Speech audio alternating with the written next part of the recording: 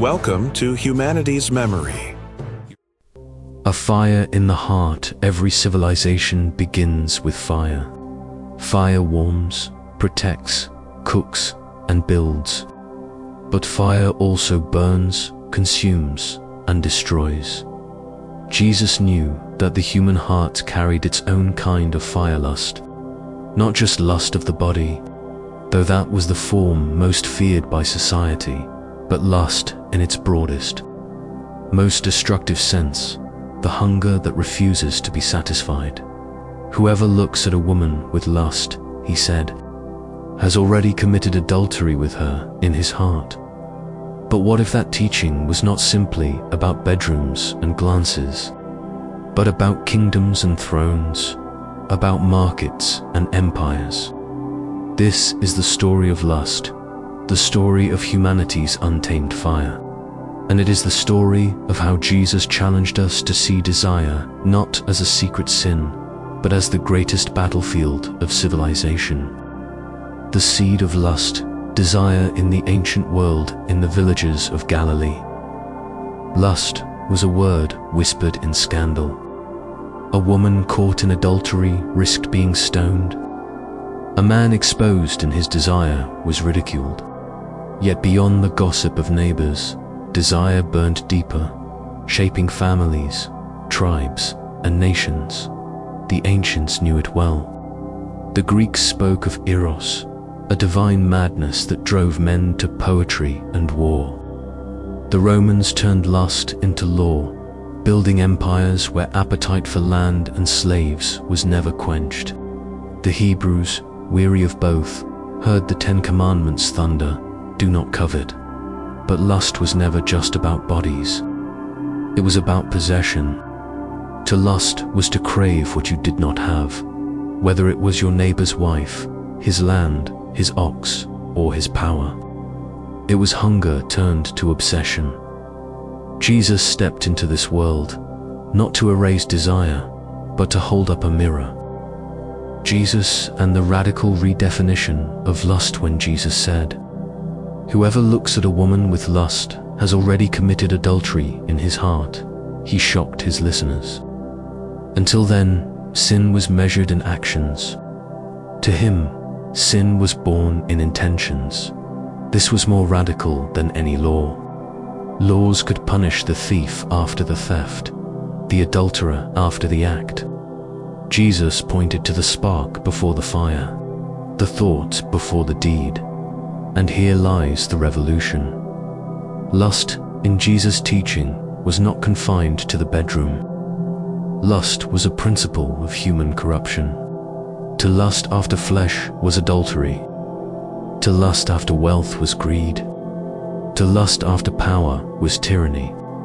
To lust after glory was idolatry. Every empire that rose on earth rose not only on swords, but on lust and unquenchable hunger for more.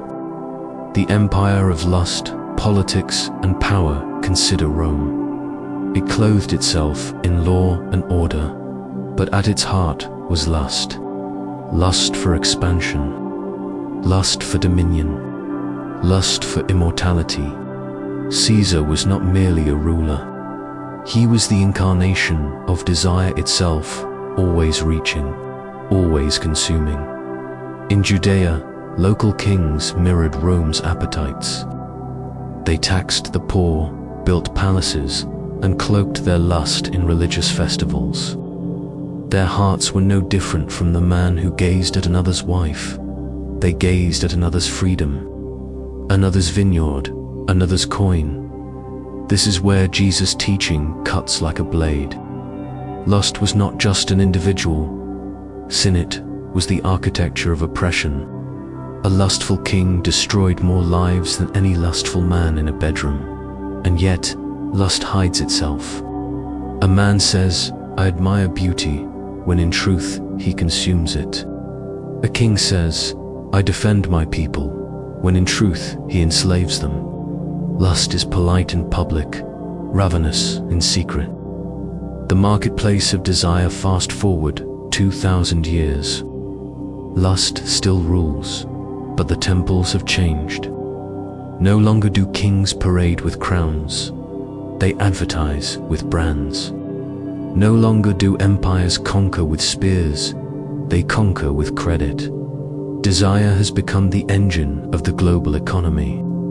Every billboard whispers, "You are incomplete. You need this. Crave this. Lust for this."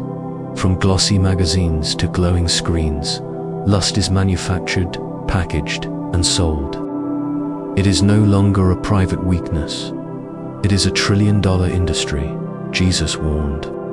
You cannot serve both God and money, yet entire nations have chosen money as their God and lust as their scripture. The personal fire inside the human heart, but let us not lose sight of the personal. Lust is not only an empire-wide sickness, it is the whisper in every heart, the glance that lingers too long, the envy at another's wealth, the hunger for recognition, applause, control. We dress it up, excuse it, baptize it with noble names. We call it ambition, romance, patriotism. But Jesus stripped away the mask. Lust is not love, not leadership, not loyalty. Lust is taking without giving, hunger without restraint, desire without justice, and it burns us from within. Families collapse under lust. Communities fracture. Souls corrode. Satire of civilization, a world on fire here. Let us be satirical, because truth often hides best in laughter. Imagine a society built entirely on lust. Its leaders lust for power, its corporations lust for profit, its citizens lust for comfort, and its influencers lust for fame. They call it progress. They call it freedom. They call it the dream. But the roads crumble, the poor starve, the oceans rise, and still the society chants, more, more, more. Does this sound familiar? It should. It is us. We have made lust not a sin, but a virtue. We hand trophies to those who consume the most. We elect leaders who promise the world and deliver chains. We worship wealth as if it were holy. If Jesus were to walk among us today, would he not repeat the same words? Whoever looks with lust has already betrayed his soul. Transformation from lust to love, yet Jesus never left us only with condemnation. He spoke of lust because he spoke of love. The cure for lust is not denial, but transformation. Desire itself is not evil, it is the misuse of desire that corrupts. Lust wants to possess. Love wants to serve. Lust devours. Love nourishes. Lust isolates. Love unites. When Jesus called us to love our neighbor, he was not offering a hallmark slogan. He was prescribing the only antidote to civilization's greatest disease. To lust is to reduce another into an object. To love is to recognize another as a soul. The rich and the poor, two faces of desire. Let us consider how lust divides classes. Among the rich, lust takes the form of endless accumulation. Mansions, yachts, empires. Always more, never enough.